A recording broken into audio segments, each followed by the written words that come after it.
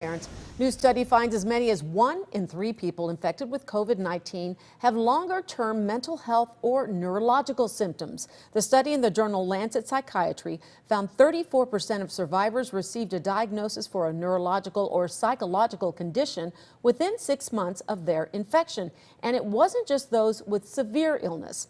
Joining us now to talk about the implications is psychologist Dr. Robert Shulman with Rush University Medical Center. Good morning to you, Dr. Shulman. Always a pleasure to have you. Good morning, Sylvia. So I thought this was interesting. The most common diagnosis in this study was anxiety. 17% of those treated for COVID were diagnosed with anxiety, and that was followed by mood disorders. So what is it about COVID that is causing these symptoms? Because we tend to think of it as more of a respiratory issue.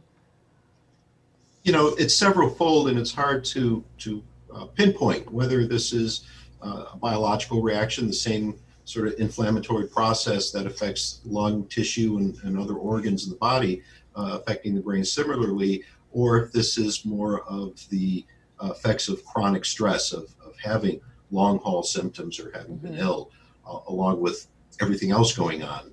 Yeah. COVID. I'm curious, is that something you've seen in your practice?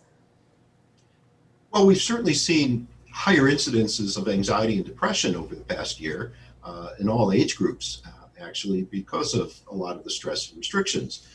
I work in our Rush post-COVID clinic, seeing long haulers who have the sort of the fatigue syndrome and the brain fog that's persisting. And there is a sense of demoralization that occurs with that and discouragement.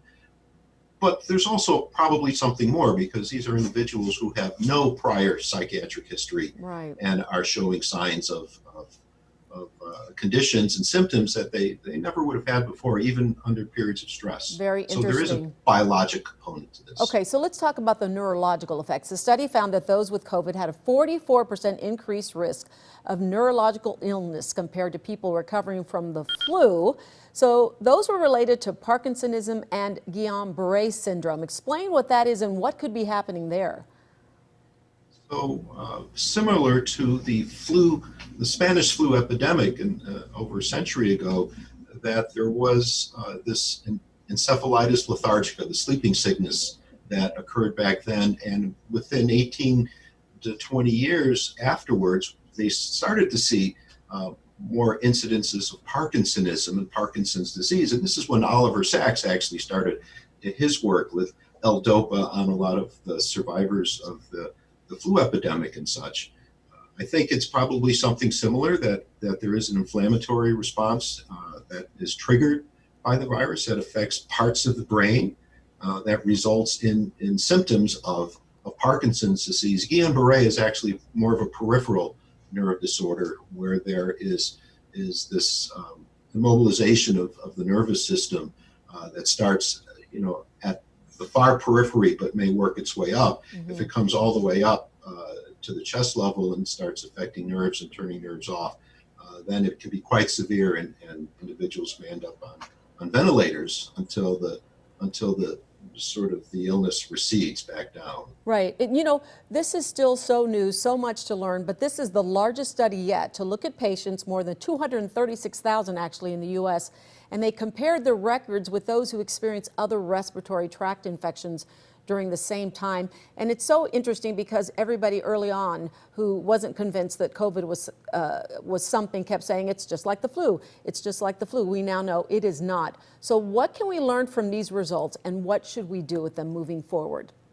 Well, what we've learned is that it's not the flu, and there's a much greater risk of developing one of these disorders subsequent to infection. The study showed that for those who were hospitalized with more severe COVID infection, actually had a higher risk for many of the conditions, certainly the breathing problems and other neurologic problems, other organ problems, as compared to more milder cases. Interestingly, though, for the psychiatric disorders, anxiety and depression, there wasn't quite as a robust hazard ratio, meaning that it didn't separate out from the flu as much as the other conditions, but it was still higher, still more significant in people even with mild COVID infections as well. So, Right. What we learned is that this is a severe illness, and we need to do our best to protect each other not to get ill with this, because even with mild cases, you can have long-term sequelae to it. Right, and I think that's the key there. Some of these were mild cases, and it was long-term. Dr. Robert Shulman with the Rush University Medical Center, always a pleasure. Good to see you. Thanks for joining me. It's my pleasure. Thank you. Coming